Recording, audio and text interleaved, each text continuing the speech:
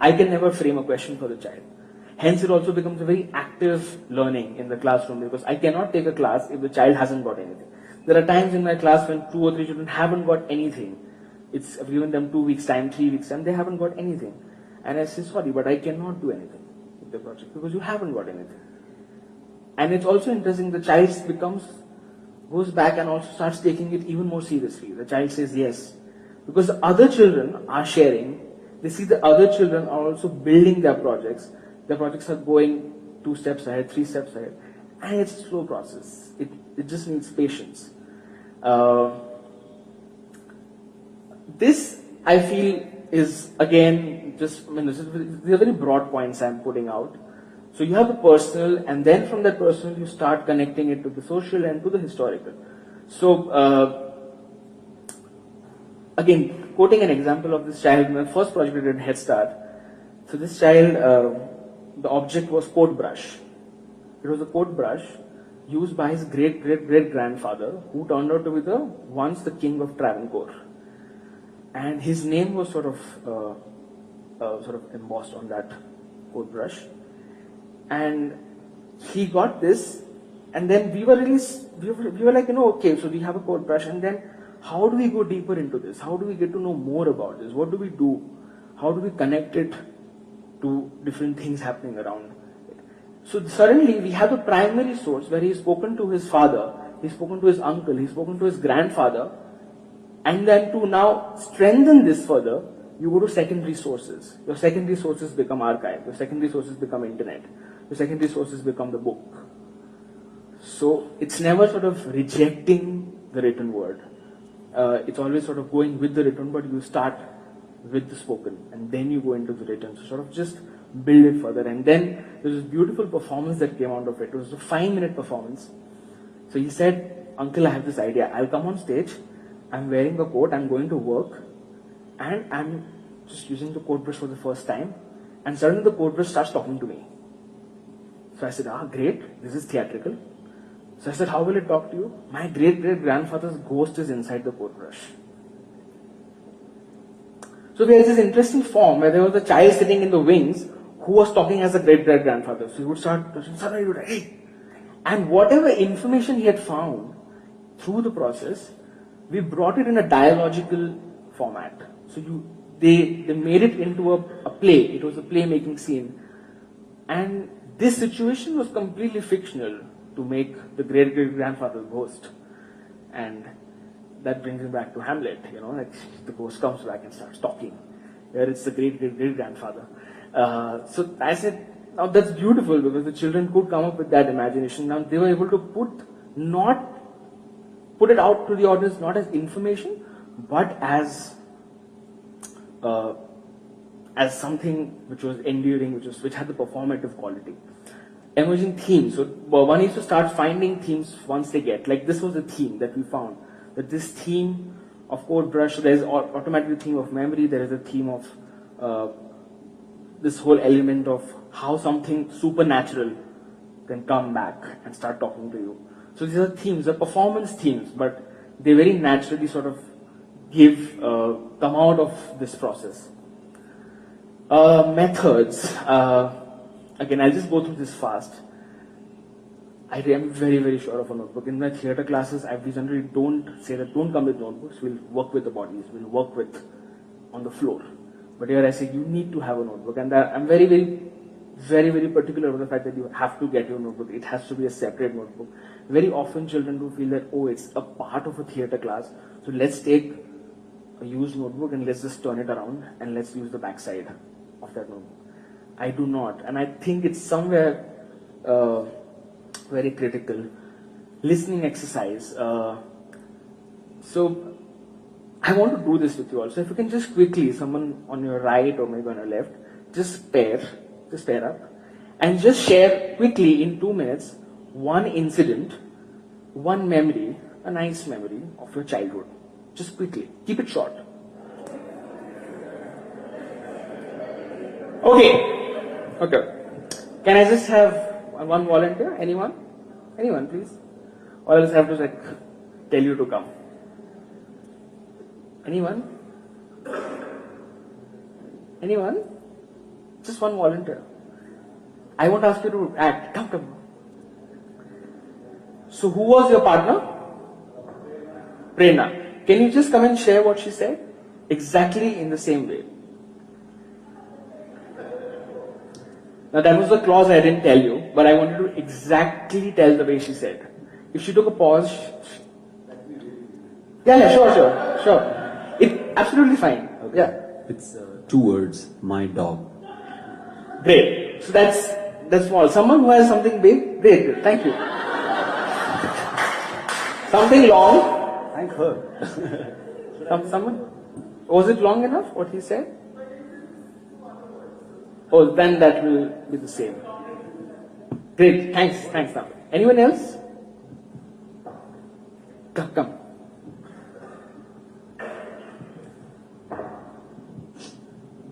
So just share whatever you sort of heard, Okay, everyone comfortable with Hindi? Yeah. Yeah. So Harshvardhan said जब वो बच्चा था तो अपनी मम्मी के पॉकेट से पैसे चुरा के ले जाता था 1-2 रुपए, तो वो उसको थ्रिल करता था, क्योंकि गार्जियन मना करते थे मम्मी पापा कि नहीं ऐसा नहीं करो, बाहर खाना नहीं खाओ, बाहर से कुछ खाओ, लेकिन वो जो थ्रिल था वो उसे एंजॉय करता था. अच्छा, तो हर्षवर्धन आपने ऐसे ही बोला था कि इसमें कुछ हेरफेर कर दिया इन्होंने? फर्क है? अच्छा, आप बताएंगे जरा क्या था? मैं खुद ही भूल गया मैंने कैसे बोला. मुझे भी याद नहीं. अच्छा, आप किस्सा आप ही सुनाइए, जो किस्सा आपने सुनाया है, तो आप ही जब मैं छोटा था तो घर में मना करते थे कि बाहर खाना मत खाओ, कुछ भी मत खाओ बाहर, पानी पूरी भेलपूरी, पर मुझे मन करता था क्योंकि मेरे दोस्त भी रोज पैसा लाते थे और खाते थे, तो मैं घर से कभी 1-2 रुपए चुरा के यहाँ वहां से बाहर खाने जाता था. आपने सिर्फ 2 चीज भूल गए, आप पानी पूरी भेलपूरी भूल गए. Now, the reason I did this exercise was that it's very critical for the children to also understand when they note it. Pani puri, bhel puri is very also important. That they have to make, I'm just taking this as an example, but even the smallest thing that they have said, and very often you do find that children may not get it exactly the way it is because you don't know how it was happening in the house. Was it being spoken very fast? Was the mother dictating it to the child? देखो बेटा, अच्छा यहाँ पे comma डालो, उसके बाद full stop डालो, then it's going to be like a homework. So this also changes with every child. But I think this is the first thing I do in the classroom with children. I tell them to get into groups, pairs, and then they just come and share. They recreate it, and that's how I sort of give them the definition of what it means. Not even what is oral history, but what is this process going to be. You're going to listen first. Don't stop them. Don't stop while they're saying. So it's great. Thank you so much. Thank you, Abhijit. Homework assignment. I believe in homework. I believe in homework in the sense that I do feel that I cannot take a class if the children just lands up and says, "Come, let's do something fun. Let's have fun, sir," in the class.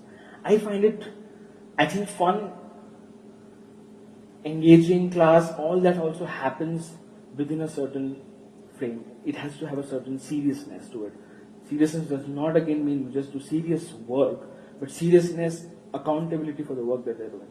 So I make sure that they get an assignment after every class, and they have to, because you will realize that every project, some projects take 6 months to even reach where some child would have done it in 1 month.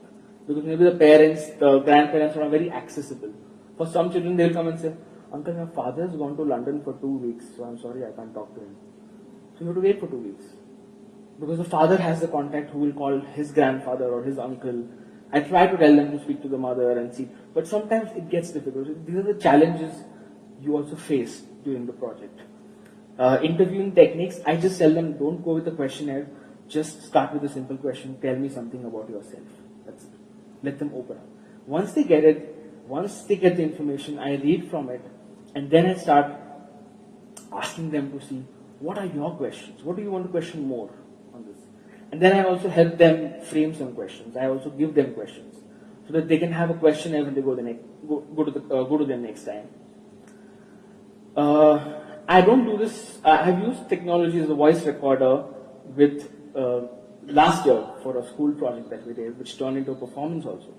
And it was interesting because the moment you had technology, children got very excited. Oh, there's a voice recorder. Wow, how to use it. But once they started using the voice recorder, I told them, now you listen to the whole interview, which is a 1 hour long interview. I said, no, that's so boring. I just spoke to them. I should listen to the whole 1 hour long interview. I said, no, listen to it. See what meanings do you make out of it. And we used to play it in the class and they used to listen to it and we used to have this. Again, I don't know why this came again. Certain bad PPT. Questionnaire. I mean, do you really need a questionnaire? I don't think so. Maybe you don't need questionnaire every time. Maybe sometimes you need, some projects you don't. Past and current projects. So this is what I did with objects in 2013 that I just gave you an example of the code brush. In 2014, we did institution history where Head Start completed 30 years in 2014 and I was like, this is great. 30 years institution, there's so much to learn, there's so much to look back, so much to look forward. So I started interviewing, of course, Samina Auntie, yeah, other people at Head Start, everybody who works at Head Start. And frankly speaking, after 2 months, the children came and asked me, Uncle, why are we studying about our own school? This was the question. This was a very genuine question they had. And I said, and I realized why they asked that question. Because after a point they feel we have figured out. We know what the school is. So now what more? And I thought it's a very genuine question. That's something that reflected that I was not prepared. I need to make a larger connection with them. It just cannot remain to be a school. And then I realized the other day, I think I was coming back from school and someone was saying, Head Start, if you say anybody, they will say Koromangala. So then I said, oh yes, Head Start, Koromangala. It has such an interesting connection. Head Start has started out of Koromangala in 84. It has had a journey from a garage to this space today. And I said, this is interesting. Now let's just Koromangala also. Let's see 30 years of Koromangala. And children got interested because they said, let's see how the city changed, how it was. So we met different people who have lived in Koromangala since 70s, how they have seen changing. The kind of, urbanization has come out. And the common theme that came out of this project was the idea of growth. Now, the growth was, of course, the institution grew in the past 30 years, and how Koromangala as a locality also grew. So we had a performance which they completely devised from this research, and they made a performance which was about urbanization, about malls coming up in Koromangala. It was set in Koromangala, and in the backdrop, through a projector, we played parallelly the history of the journey of Head Start. So that's how a performance sort of came out of this. We play ho sakta hai kya yahan se? This first one, Amrit Sethi is one of the people I interviewed. She's been in Koromangala for many years, so I interviewed her, and I just want to play a small part of that clip.